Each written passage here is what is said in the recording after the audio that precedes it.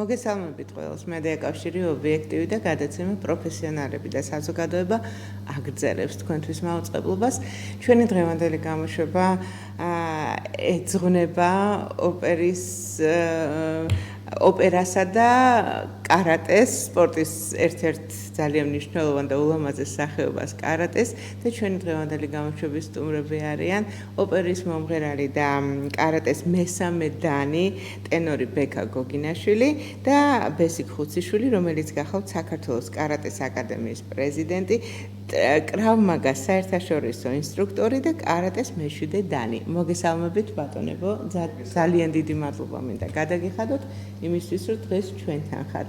რაც შეეხება ბექა გოგინაშვილს, პირველად არ არის იგი ჩემს გადაცემაში და ჩემო ერთგულმა მაყურებელმა კარგად იცის, რომ ბექა ცხოვრობს და მოღვაწეობს და სრული ამ სიტყვის მნიშვნელობით მოღვაწეობს და არა მხოლოდ ერთ დარგში, იქ ოკეანის გაღმა ამერიკაში, ხოლო რაც შეეხება ბატონ ბესოს ობიექტივის ხშირი სტუმარი გახლავთ, იგივე ჩვენ უსაყვარლეს ბატონ ჯამლეთ ხუხაშვილთან არაერთ გზის ყოფილა და კიდევ იქნება ბატონ ჯამლეთთან აუცილებლად ბატონი ბესო და ბატონო ბესო მე მინდა გთხოვოთ რომ მოგვიყვეთ 15 წლის ბექას შესახებ, რომელიც თქვენთან მოვიდა ამ მეტად საფრთხილო ასაკში და მოგეხსენებათ ძალიან მნიშვნელოვანია ამ ასაკში კი არა ნებისმიერ ასაკში და განსაკუთრებით ამ ასაკში სად და ვის ხელში მოხდება მოზარდი ადამიანი და სწორედ მე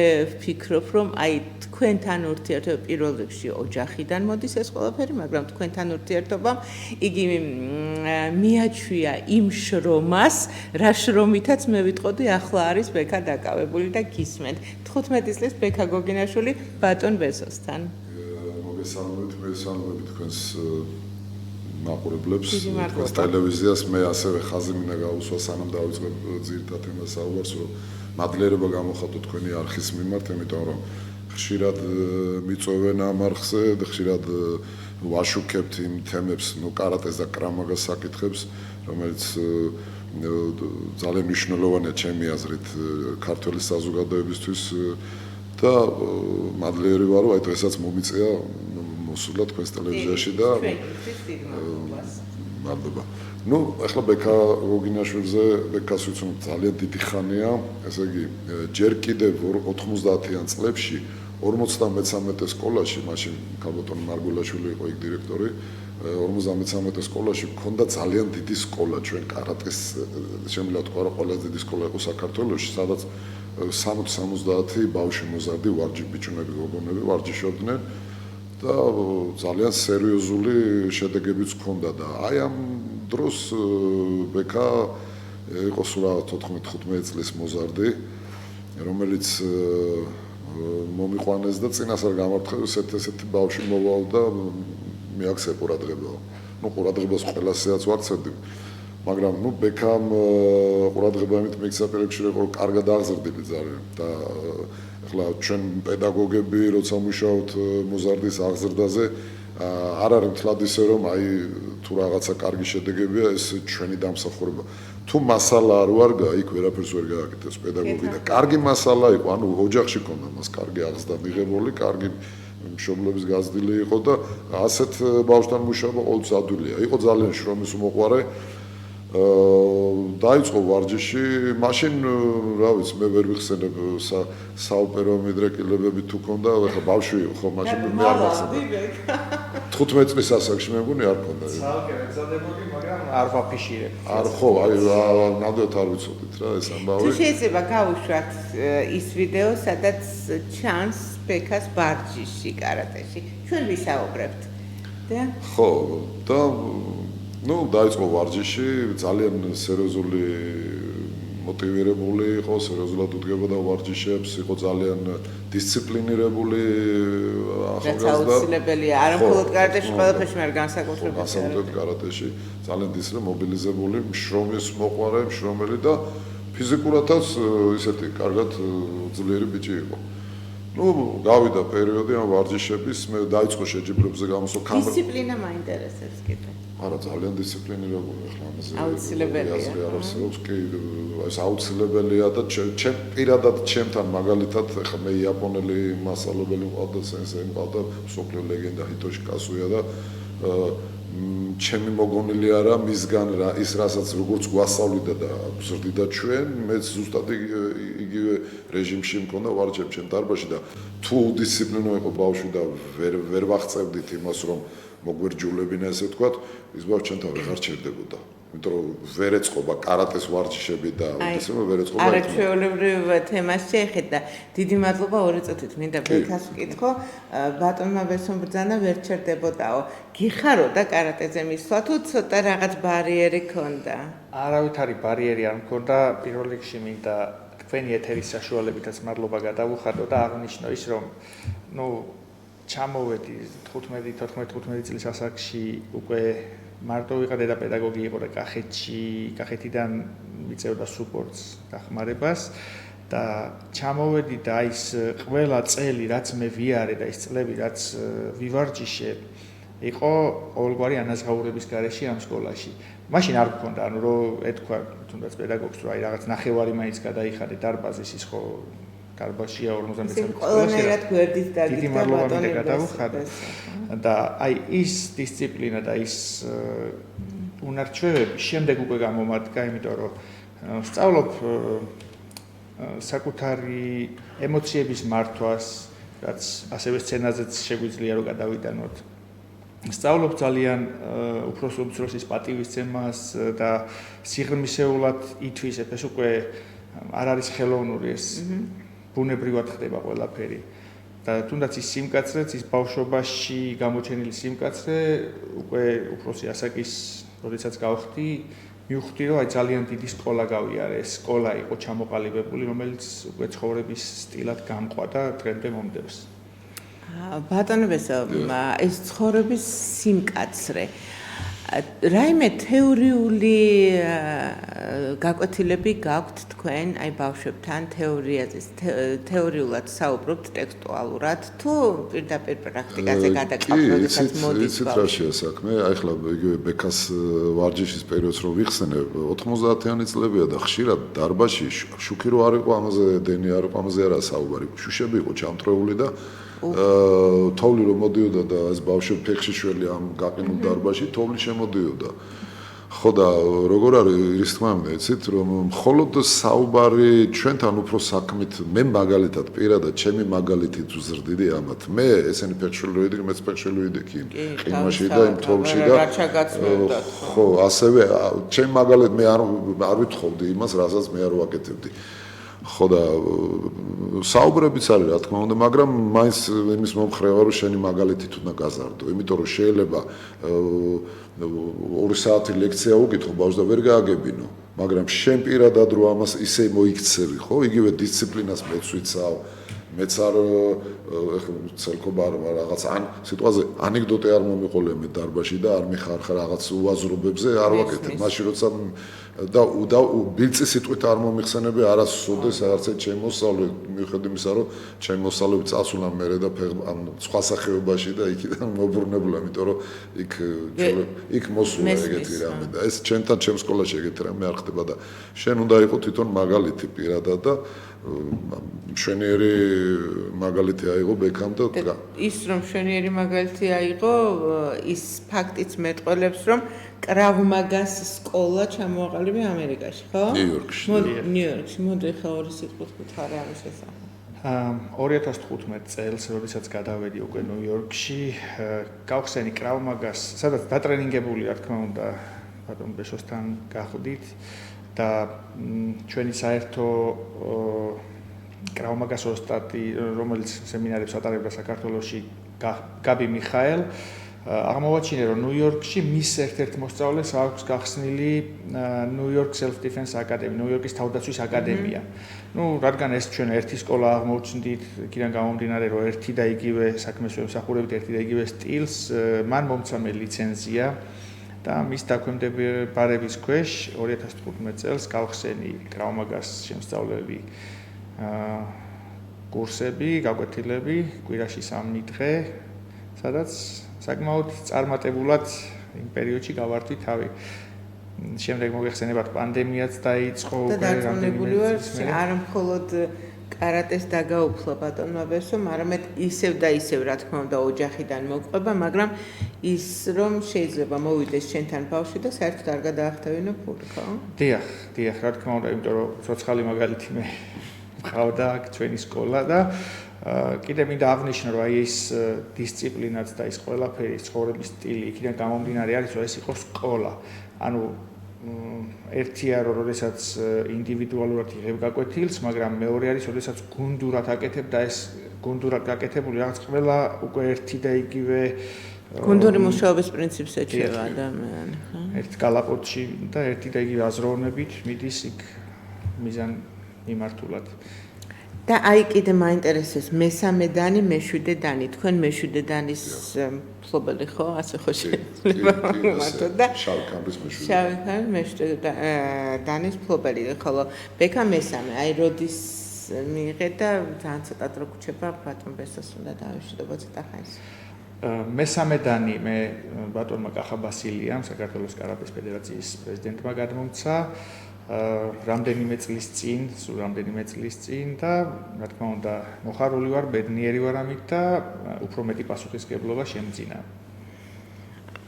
თქვენ რა სიტყვით მე მინდა ერთი რამეს ხაზი გაუსვა, რომ ესე იგი ბექამ იმის მიუხედავად რომ წავიდა ამერიკაში წლების განმავლობაში აქ აღარ იყო სკოლა ხო დარჩა, ჩემი სკოლა, ბესხოჩლოს სკოლა დარჩა, დღეს კარატეს აკადემია წოდებული. ეს ყოველთვის გვერდში გვიდგას, ბექა გვიდგას გვერდში და ანუ იმის გამომდინარე, რომ ეს მოღვაწეობა და ქველმოქმედება და ხელის გამართვა, ხო, არა მხოლოდ სიმღერა და ხელოვნების ხარჯზე, კარატეს სკოლასაც არ ევიწყებ და ჩვენს ბევრჯერ გვიდგას გვერდში, აი ხლაც იყო რაღაც პრობლემები გვერდში დაგვიდგა მოგვეხმარა, იგივე ქველმოქმედებას იჩენს ამ ამბავშიც და ძალიან მადლიერი ვარ ამისთვის, მთელი ჩვენი სკოლა და ჩემოსავლა მადლიერი ვართ ბექასი ამისთვის. ისე რომ სანთელ საქმე თავისას არ დაკარგავს, ეკეთე არ იგერიება. აკეთეთ იკეთე ხალხო. ძალიან დიდი მადლობა ბატონო ბესო, უღმესი მადლობა. თქვენ ახლა ვთხოვმე ტექნიკურ ჯგუფს რომ გაუშვათ ვიდეო, სადაც Madame Butterflies ერთ-ერთ არიას ასრულებს ბექა და დამავიწყდა იმ ქალბატონის გვარი Cheryl Werfield-ი და ორი სიტყვით გითხარი, აი სათხართ ამერიკის რომელ გალერეაში, რომელ ცენტრში და გაუშვებთ ვიდეოს. ეს კონცერტი გაიმართა ამ წლის 11 ივნისს ნიუ-იორკის ერთ-ერთ პრესტიჟულ დარბაზში, კოშიოსკო ფაუნდეიშენ, პოლონეთის კულტურის ცენტრი გახლავთ აქ, უკვე მესამე ღონისძიება ჩავატარეთ. ეს დუეტს რაც შეეხება, ძალიან ნიუ-იორკში ერთ-ერთი ცნობილი ქალბატონი არის, ასევე პედაგოგიურ მოღვაწეობასაც ეწევა, მასთან ერთად დუეტი, სასიყვარულო დუეტი, Madame Butterfly-დან შევასრულე. გთხოვთ ჩავხტოთ ვიდეო. Oh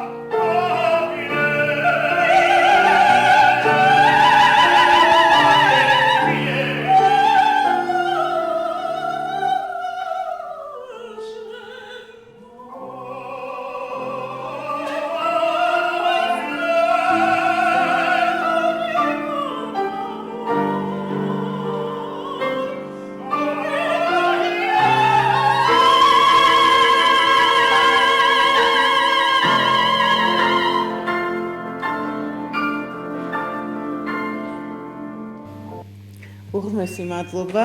ბექა სულ რამდენიმე ხნის წინ დაახლოებით 2 წლის წინ შენ ჩამოაყალიბე ფონდი.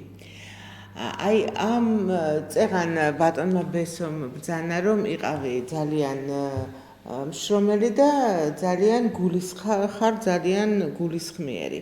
აი აქედან გამომდინარე მინდა მე ვისაუბროთ ახლა იმ ფონდის შესახებ, რას ემსახურება შენს მიერ ჩამოყალიბებული და დაფუძნებული კულტურისა და განათლების ფონდი და 2022 წელს და აი უკვე დაწყებულ, ის ვიცით რომ ბავშვთა კონკურსებს აწყობ და მიმდინარეობს აღმოჩენა ნიჭიერი ბავშვებისა, მაგრამ ეხლა შენ რასაც აკეთებ, მე ვთვლი რომ ეს ყველაფერი კეთდება საქართველოში მცხოვრები ოპერის მომღერლებისთვის, კლასიკური მომღერლებისთვის და კერძოდ ის რომ შენ აწყობ შეხვედრებს საერთაშორისო მასშტაბი მიიღო ამ კონცერტებმა ადრე რამდენიმე წლის წინ იყო თელავში და საგარეჯოში ხო? გურჯაანში. ეს ბავშვთა კონკურსი. ხო და ეხლა რაც ეხება დიდებს შენ გინდა რომ წაიყვანო ოპერისა და ბალეტის მომღერლები საქართველოდან, ასევე ჩამოყავს იტალიიდან და ამათ ახვედრებ ერთმანეთს და ჩვენ ხო ყველამ კარგად ვიცით რომ შემოქმედს რო ხდება, შემოქმედებითად ამ შემთხვევაში იზრდება, ხომ? მოდი უფრო დეტალურად მოგვიყევი აი ამ ფონდის შესახებ და მერე აუცილებლად ვისაუბროთ იტალიაში, სიცილიაში შენი ვიზიტის შესახებ. ფონდის შესახებ მოგახსენებთ 2019 წელს ჩამოვაყალიბე. რა თქმა უნდა, პირველი მიზანი ზუსტად ეს იყო, რაც თქვენ ბრძანეთ, რომ უფრო მეტად დაკავშირება ფონდის ფოტოები გვაქვს ჩვენ შენ მუშაობდი ტექნიკოსებთან. ეხლა 11 დეკემბერს დაგეგმილი კონცერტის, ანუ კონცერტ ჰოლის, კაუფმან ჰოლის ფოტოები გვაქვს, სადაც არის დაგეგმილი უკვე ამ ფონდის ეგიდით. მოდი გავუშვათ ფოტოები მაშინ თუ შეიძლება და მოდი შენ ისაუბრე. 11 დეკემბერს იქნება ეს ძალიან კარგი სიახლე არის. 11 დეკემბერს უკვე დაგეგმილია და რაც თავარი ამას ვაკეთებ ძალიან სერიოზულ მუსიკალურ აგენტთან ერთად, ქალბატონ დაიანა შტომსვიკთან, რომელთანაც პარტნიორობის ხელშეკრულება გავაფორმეთ უკვე ჩვენს ფონდებს შორის, მას აქვს ასევე ფონდი International Concerts.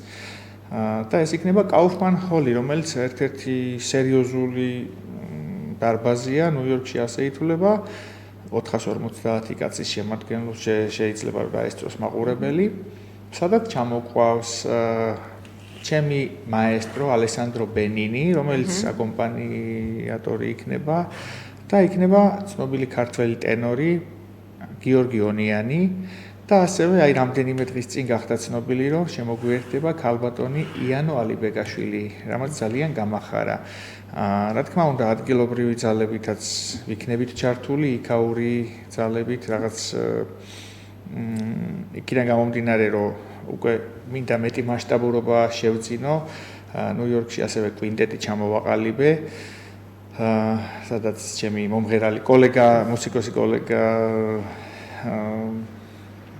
5 ადამიანი შევიკრიბე და დამიდგნენ გვერდით. მოკლედ 11 დეკემბერს იქნება წინა საახალწლო ნამდვილი განწყობა და ნამდვილი ზეიმი კლასიკური მუსიკის მოყვარულთათვის. რაც შეეხება ფონდის უკვე გაკეთებულ ჩატარებულ ღონისძიებებს, ეს 11 ივნისს მოგეხსენებათ, ახლა ზუსტად ის დუეტი გავიდა, რომელიც ამ წლის 11 ივნისს ჩემს მეგობართან ერთად გავაკეთე, მერაბ ებრალიძე, ასევე მასაც თავისი ორგანიზაცია აქვს, ასევე ეხმარება ახალგაზრდებს კომუნიკაციაში, სხვადასხვა ღონისძიებებში თავს და ნიუ-იორკში უტარებს კონცერტებს, ეხლაც რამდენიმე ასეთი პროექტი აქვს დაგეგმილი და რა თქმა უნდა, ასეთ ადამიანთან და ასეთ ფონდებთან უკვე გაერთიანებით, უფრო ძლიერები ვართ, უფრო მეტი შანსი გვაქვს და ესე იგი, ეს ის შემთხვევაა, როდესაც მე ხშირად მიწევს აი მართლა ჩემ დასაბედნიეროდ ხშირად მიწევს ხოლმე იმის თქმა, რომ ესა თუ ის ადამიანი საქართველოს სიყვარულით ხრებში გამართული დააბიჯებს იქ უცხოეთის მიწაზე და რატომ ხრებში გამართული? იმიტომ რომ იქ თუ დადის საქართველოს სახელი მხოლოდ დადებითად გააქვს, აცნობს საქართველოს ისტორიას, კულტურას, ხელოვნებას და ასე შემდეგ და შენაირ ჩაყავს ქართველები და ყველანაირად გვერდით უდგეხარ მათ. ეხლა რაც შეეხება ემიგრანტის სითბოს საქართველოს. აი ეს ბავშვთა კონკურსი და მე მინდა უფრო დეტალურად ავხსნათ, იმიტომ რომ წერან კაცმიღმა საუბრისას ჩვენ ვთქვით, რომ არსებობენ ისეთი ნიჭიერი ბავშვები, რომლებმაც არ იციან ამ კონკურსის შესახებ, ხომ? აი უფრო დეტალურად ავხსნათ, როგორ უნდა მიიღოს მონაწილეობა ამ კონკურსში ამ თუ იმ ბავშვმა. ხო, მაგრამ აქ უნდა აღნიშნოთ, რომ ბავშვი არაფერს არ ყოველგვარი გადასახადის გარეშე ყველანაირი გადასახადის გარეშე ქართველ ბავშვს შეუძლია მიიღოს ამ კონკურსში მონაწილეობა. იქიდან გამომდინარე, რომ თავადაც ემიგრანტი გახლავართ, მინდოდა რომ გამეკეთებინა რაღაც ამდაგვარი, ეს უკვე სამჯერ ჩატარდა ეს კონკურსი, სადაც მყავდა უცხოეთში მოღვაწე ქართველი მუსიკოსები ჩართული ჟიურიში, რომლებმაც შეაფასეს, რომლებმაც მასტერკლასის ჩაუტარეს ამ ბავშვებს და ნუ რა თქმა უნდა ძალიან დიდი მაგალითია, ხო იგივე ვალერიანო გამგებელი იყო, ქალბატონი ალა სიმონიშვილი იყო, მზია დავითაშვილი, ბეკურაშვილი მზია ქალბატონი, რომელიც ასევე იქაური ჩემპიონის პარტნიორი არის და თან მაგნოლია სოლისტია, ყველამ კარგად ვიცი. დიდი სიყვარულით მოვიკითხავ თქვენი ეთერით. და აი ეს ბავშვები კიდევ ვაკავშირეთ ემიგრანტებთან როგორ ნუ არის მოგეხსენებათ უკვე ახლა Facebook ჯგუფები, სხვადასხვა ინტერნეტ უკვე იმდენად მოიცვა მსოფლიო ამ ინტერნეტში ჯგუფებმა და 100,000-ობით ხალხი რო არის დარეგისტრირებული, ამას ვთავთ პირდაპირ ეთერში. რა თქმა უნდა, ჩემი ამ ჯგუფის ადმინები მეხმარებიან, ჩემი მეგობრები და ყველა ემიგრანტს აქვს საშუალება მოიწონოს, გაუგზავნოს პირადად საჩუქარი ამ ბავშვებს, დაეხმაროს, ჰქონდა შემთხვევა, როდესაც ევროპაში წასვლა შეთავაზეს და გამოუგზავნეს მოწვევა იყო, როდესაც ბავშვთა გასართობი ცენტრის 200-300 ლარი ხო, რაღაცა ბედნიერებას შუქნია. არც ერთი ბავშვი არ რჩება უსაჩუქროდ ასე და გულდაწყვეტილი. რაც შეეხება აი თქვენ ბრძანეთ წეღან ქართული კულტურა გაგვაქვს და ვაცნობთ ამერიკელებს და ერთი პატარა მაგალითი მინდა მოგიყვანოთ. აი ზუსტად აქ 11 ივნისს გამართულ კონცერტზე გიაონიანმა შეასრულა ოდესაც გიცქერ. ეს არის მოკლედ ანდრია ბალანჩივაძის სიმღერა, მაგრამ მოგეხსენებათ ჯორჯ ბალანჩინი, იგივე ბალანჩივაძე არის ბალეტის დიახ. ანუ მამაშვილი იყვნენ ესენი. ჩვენ უთხარით რომ ის ქართველი იყო, ანუ ამერიკელებმა ძალიან ბევრმა არ იცის რომ ბალანჩინი იყო ქართველი. რას მეუბნები? და იქიდან გამომდინარე რომ დიახ, იქიდან გამომდინარე რომ ესენი მამაშვილი იყვნენ და აუხსენით რომ აი ახლა რასაც გიმღერებთ, ზუსტად გაგრძელება არის იმისი, რაც თქვენთან უკვე დაარსებული, ნუ მართალია ის ბალეტში მოღვაწეობდა, მაგრამ და როგორი სიამაყით ვიმღერეთ, როგორი სიამაყით ვიდექით, რომ ამას ვაცხადებდით, ვერ წარმოიდგენთ და აი კიდევ მაქვს რაღაც ამდაგვარი იდეა, რომ უფრო მასშტაბურად ალბათ იგივე არიას, იგივე სიმღერას გავიტანთ. წინ წაუძღვარო თეორია, ხო? რამდენად სიამაყით ვამბობთ ამ ტექსტს უნდა გაჩვენათ თვითონ კონცერტზე გამოცხადებისას და ამერიკელების გაოცება და უკვე მიდის Google-ა, რომ მართლა ჯორჯ ბალანჩინი ქართველია? სად არის საქართველო? ძალიან ბევრმა ვინც არ იცის, ახლა ბევრს რა თქმა უნდა ვაცნობთ პირადი ურთიერთობით, მაგრამ ვინც არ იცის და ნუ იყიდა ბილეტი შემოვიდა კლასიკური მუსიკის კონცერტზე, მაგრამ ამ დროს კიდე ისმენს პატარა, ნუ იმისთვის პატარა დეტალს, მაგრამ ჩვენთვის დიდი საქმეა ეს. ძალიან დიდი მადლობა და მოდი ახლა იტალია, სიცილიის შესახებ და უკვე დასასრულისკენ წავიდეთ.